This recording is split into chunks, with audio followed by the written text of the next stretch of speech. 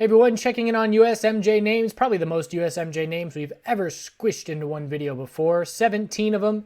Not going to read them off. You can look at the top here for the names we're going to be checking in on, starting on the weekly time frame and zooming in from there, keeping in mind that the S&P 500 has been bullish for 9 weeks in a row in a very bullish environment for the entire sector. We'll see how long they can keep it up. At this point, there's no sign of slowing down for the bulls. So on GWPH here, to start it off, we have a pullback but closed up near the high of the week. So on the weekly time frame, that's going to be our new higher low because we had not consolidated at any point on this massive 50% plus bull run.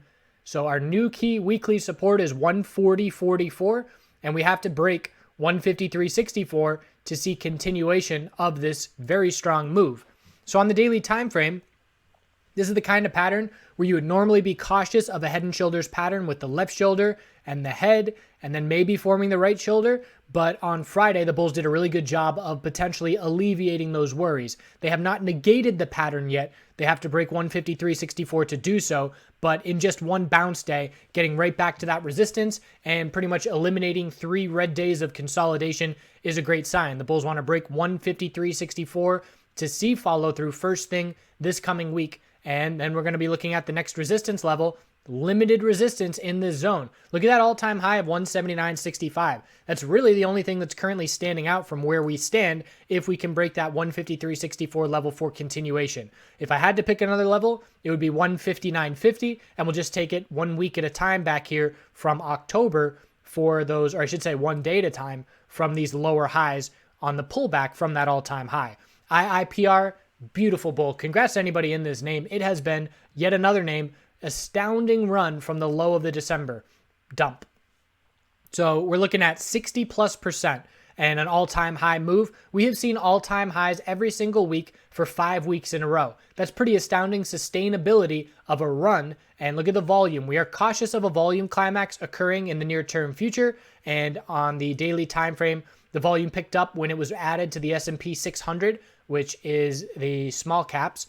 And again, look at the last 2 days to end the week. So we had a big pullback, higher low, and then just big on continuation, closes at the highs, and we're looking up at 75, 80 psychological resistance levels. The new daily higher low to keep the bulls in full control is $64. And this is one that has performed better than we could certainly have anticipated back when we started getting interested in it for the IPO. It was a very lackluster start. Nobody was interested in the IPO. They had to keep lowering the number of shares they were going to be offering because they couldn't get people to buy them. And it just shows you that in 2017, this market was not ready for this MJ Pioneer first IPO on the NYSE in the marijuana sector. And of course, that all changed starting in 2018. And here we go. Bulls following through up well over 200%, about 250+% from this base of, lackluster start that we had. Kira.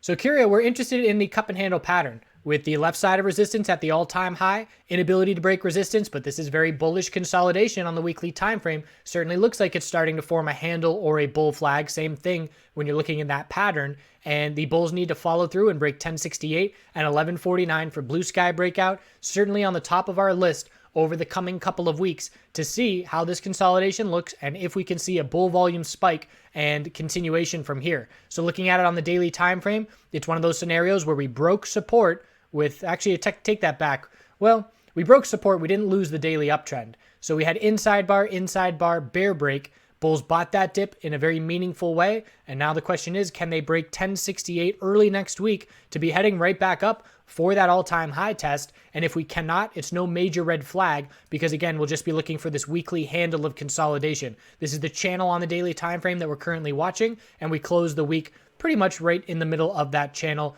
a little bit more favoring the bulls and with proximity towards resistance, a little bit closer than towards support. GTII, weekly trend has already changed. So we had the weekly higher low down at 1460. Beautiful continuation, strong close. The next weekly resistance is 2158 to be watching from here. And on the daily time frame, again, beautiful follow through. So we had the weekly bull break take place. Then we had declining bear volume consolidation. We built a new daily higher low. And 1769 was that level. And then we saw daily continuation. So weekly bull break trend change, led to healthy daily consolidation, which is now leading to daily continuation. And a daily inside bar formed on very low volume Friday, so tightening up a little bit. If we see a bear break of 1940, we're going to look for another daily higher low compared to 1769. If we see a bull break of 20 and 2018, we're going to be looking up at 2158 from the weekly as that next resistance level. GGB, weekly time frame, we have our high, our low of the pullback, lower high at $6, and now we're looking for a higher low to form compared to 470. And we're potentially watching for an entry utilizing that support level as a stop, because if we break that support level, it is a loss of the weekly uptrend. But on the daily time frame right now, we can see that we rejected from a double top at $6 and we lost that momentum, and now it's up to the bulls to reestablish themselves, build a new base of support. At this point, it looks like a daily bear flag, so I wouldn't be in any rush. I personally would want to see, are we going to confirm this daily bear flag and drop back down? If we are, then perhaps the upper $4 range is where we'd be looking for a potential bottom fishing entry off of that support. Otherwise, just patiently waiting and watching to see how the price trades within this range, knowing that, if the bulls aren't going to break $6, they're not going to prove anything. So it's the kind of setup where we can be patient if looking for a bullish entry. MRMD has already seen some significant weekly consolidation from its bounce. So we bounced at the end of December, just like everybody else, but this bounce only lasted 5 weeks, and we've now been consolidating for 4 weeks after that bull move. And, you can look at a bunch of other names that's not the case at all. So more weekly consolidation than most names have experienced at this point, and a very clear bear break this past week under 379. So at this point, we have a clear daily downtrend, and we have a lower high at 422, a lower high at 408, and we're looking at another little lower high. Actually, 408 is the level we're looking at as the last lower high. Anything under 408 is a lower high for me. And support is down at 350, and then we'd be looking down at 334 and 333. So we'll call it 333 for that little double low. So those are the two support levels that we're going to be watching. This is the kind of name that you want to be very cautious, because again, it is a bit of a red flag just to see this much pullback without seeing this much pullback in the vast majority of individual names, because it's the kind of setup where we say to ourselves, all right, if we've already been pulling back for 4 weeks, the S&P 500 has not consolidated, the overall MJ market has seen some weeks of consolidation, but nowhere near this much. If we get further consolidation in the MJ market or in the S&P 500, we might see MRMD drop back down even further. So it's the kind of name that I would be pretty patient and cautious on. I personally would want to see a change in the daily trend, establishing a weekly support level has been established. And this is actually a nice equilibrium where if I'm going to ignore this little bounce to keep things clear, it's going to be our high, low the pullback, lower high, and now we're looking for a higher low. So this is potentially the pattern that CGC is forming with our high, low, lower high, and we're looking for a higher low, but we can see the CGC consolidation at this point is still not nearly as significant as it is on MRMD. So similar, but more within this equilibrium setup than CGC currently is. HARV, this is one to watch, weekly bull flag, all-time highs. So we're looking for continuation until the bears can prove something to us, which they're certainly not doing at this point. Daily time frame. So at this point, the daily support level is 962, and we're going to be looking for a higher low compared to that level, and it looks like we formed it at 1015. So 1015 support, we've got resistance of 1108 and 1120. Again, we don't have to see continuation just yet. This weekly time frame could consolidate for another week as long as it holds this little channel, and as long as any bear breaks don't see a lot of follow through. So we can break 1015. We just want to ensure that the bulls would buy the dip shortly after that support breaks to keep it a weekly bull flag. But this is one just like Cura, that we want to keep on watch because of its proximity to all-time highs. We've certainly seen what VFF, KHRN, and other all-time high cron weeks ago, what those blue sky bulls can do, and we want to pay extra attention to the names that are near blue sky levels. OH, this is similar to Cura with the left side of resistance, the big cup, inability to break resistance on the right side, and now consolidation. There's a little bit of a difference. And if we look at CURA on a bull break of 1068, actually it's pretty similar. We would need to see an 8.5% roughly move for a bull break. And here looking at OH, if we get a break of 990, we would need about an 11% bull move to get up to that resistance. So CURA percentage-wise a little bit closer, but very similar setup. So worth watching OH on declining bear volume for the potential of a weekly higher low being established and then an attempt to make that bull move for continuation. So the range right now is our high, low of the daily pullback, lower high, and we did just lose the daily equilibrium. But again, that weekly chart is still very healthy and the bears aren't getting much follow through on that equilibrium bear break. And we're looking down at support of 890 and 821 with resistance of 968 and 990. And keeping an eye out for a daily higher low to form somewhere in the upper $8 area.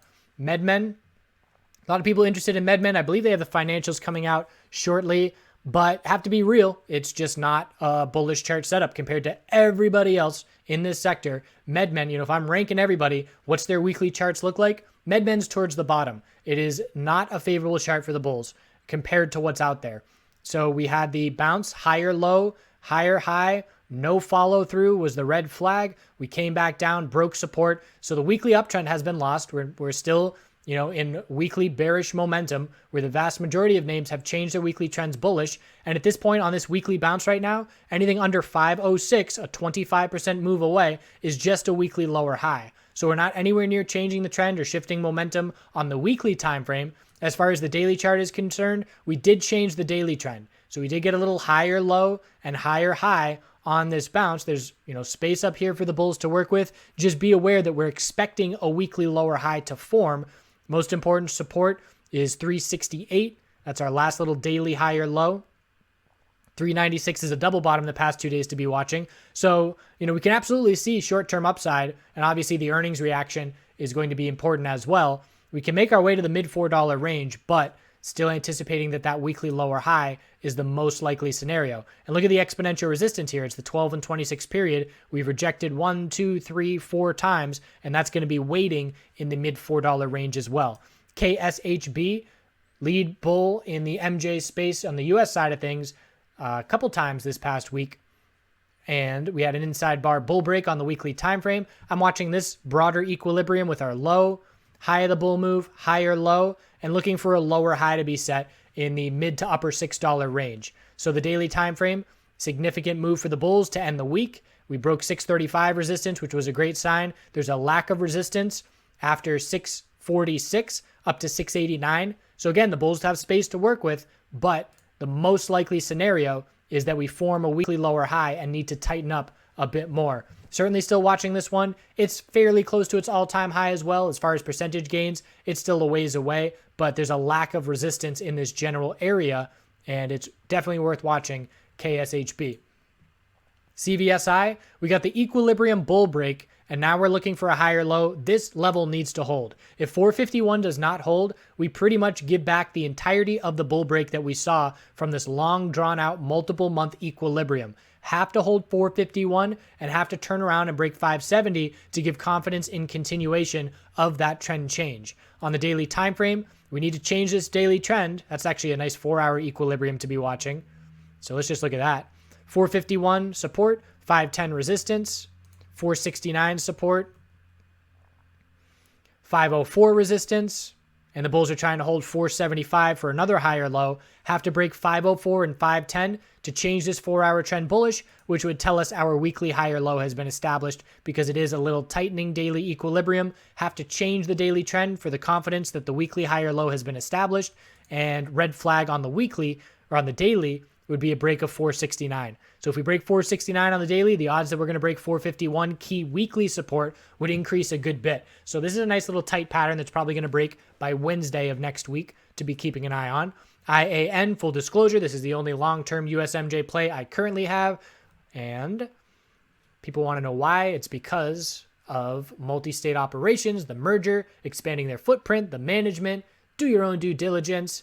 And looking at the weekly time frame here, here's another one where we haven't seen much weekly consolidation, so we have to be cautious and know that when we do consolidate on the weekly, we're still likely to form a higher low. The daily chart, nice continuation the past couple days. We did see some run-ups on Wednesday and Thursday in the last hour of trading. Did not see that on Friday, and we're watching the hourly uptrend.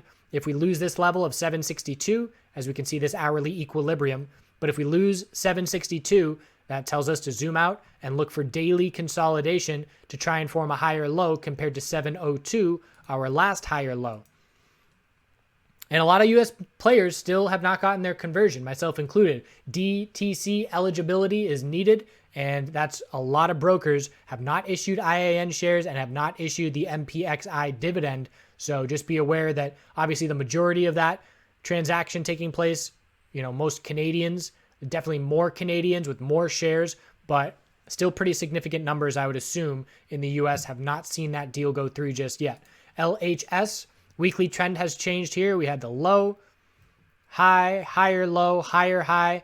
Bit of a concerning lack of follow through, but we tightened up and now we're getting this follow through this week. Daily time frame, base of support, very important at 103. Multiple lows. Key break of 119 was a good sign to end the week, and now we're looking up at a lack of resistance until 140. So we've had a lot of shuffling around. I haven't really been following the fundamentals much, but I know that they broke some ties with APHA, and we had big shuffling of CEO and other management. So let's see if that bullish momentum, which clearly started Wednesday, can continue into next week in this area with a lack of resistance. CWeb. So we were looking for the oversold bounce on Friday from the last video I did.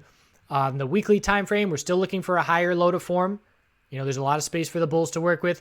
1594 stands out as a support level the bulls want to maintain. The daily chart, bullish reversal candlestick formed. So we knew to be watching for hourly oversold conditions for the bounce. We closed fairly strong. Bulls want to break 1825 first thing on Monday to be looking for follow through to try and confirm this bounce is clearly underway. Daily trend is not going to change anytime soon because anything under 2030 is just a lower high.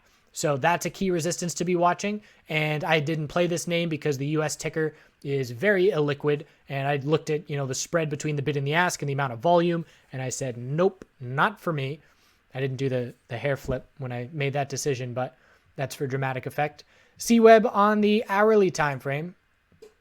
So we break some lower highs, but we haven't confirmed the hourly trend change yet. We need the hourly higher low and higher high to confirm the hourly trend change, which would tell us to zoom out to the daily, watch for bounce follow through, but anticipate a daily lower high would be likely to form as well. So still need to confirm the hourly trend change for the bulls to be confident that our temporary low has been set, and we got to get that confidence and the psychology of the bull break first thing Monday over 1825 for follow through. TRUL still looking great on the weekly. Resistance of 1970 before all-time highs up at 2385 and very strong continuation. Higher lows on the weekly time frame every single week for 9 weeks in a row. Who else has that pattern? The S&P 500. So again, I can't disregard the fact that everybody is performing so well in 2019 because the S&P 500 is. And when the markets are great and people don't have fear, they're a lot more susceptible, wrong word, they're a lot more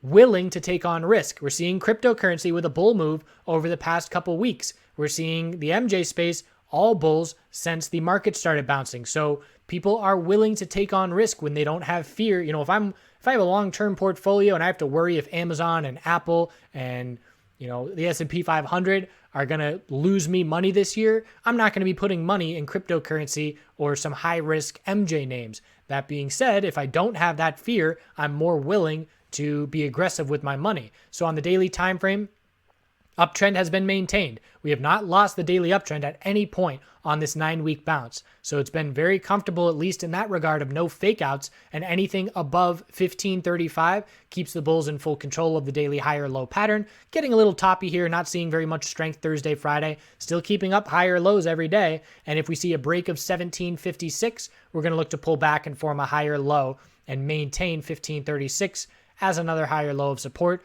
This is definitely establishing itself as a leader in the U.S. space. Want to see them expand a little bit more out of Florida. But man, if you look at those numbers in Florida, there's a lot of old people. Now, there's a lot of people.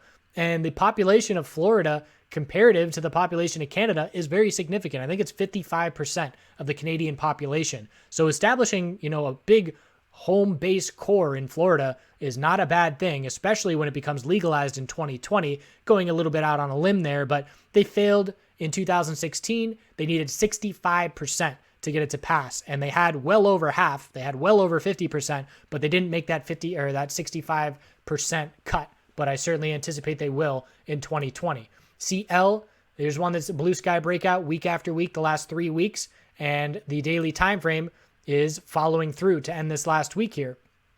So blue sky breakout 5 days in a row this past week, every single day, new all-time high. Great scenario. Higher lows have been maintained on this one, and wish I saw this one back on this beautiful tight range breaking. That was an easy entry, and we've been in daily higher lows ever since then. Last daily higher low is 982, so when we do consolidate and lose the hourly uptrend, anything above 982 will be a higher low, and the most recent hourly higher low is 1104. Almost in the home stretch here. MJAR, weekly time frame trying to change the trend. Low, high of the bull move, higher low, and coming up to resistance. If we break 550, we confirm the weekly trend change from the all-time low. Here's another one without a ton of price history and very little resistance after 550. So we'll see what the bulls can do if we get over that level. I personally would want to see another daily higher low established before I would be comfortable entering on a break. You know, if we were to break 550 this coming week with no daily consolidation, we've essentially just gone, 35, 37% without any consolidation. So that would be too extended for me to want to buy that bull break. I would love to see a pullback for a little higher low in the upper $4 range and then a bull break of 550 because again, after 550, we're looking at 6 and 7 psychological as the next resistance levels. This is worth watching as well if we can get over that 550 level. Lack of resistance, it's not as good as blue sky, but it's the next best thing when you have an all-out dump as the price action area that you're getting yourself back into as a bull. So I appreciate you watching. Hope you have a good weekend and lots to be watching in this space as always, and we'll continue to check back in.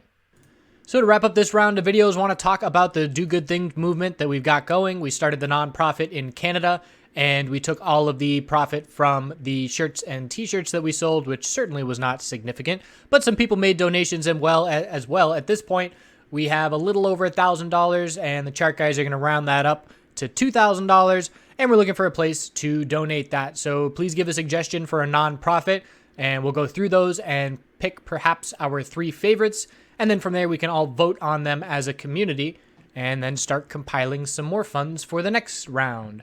Appreciate it, and have a good day.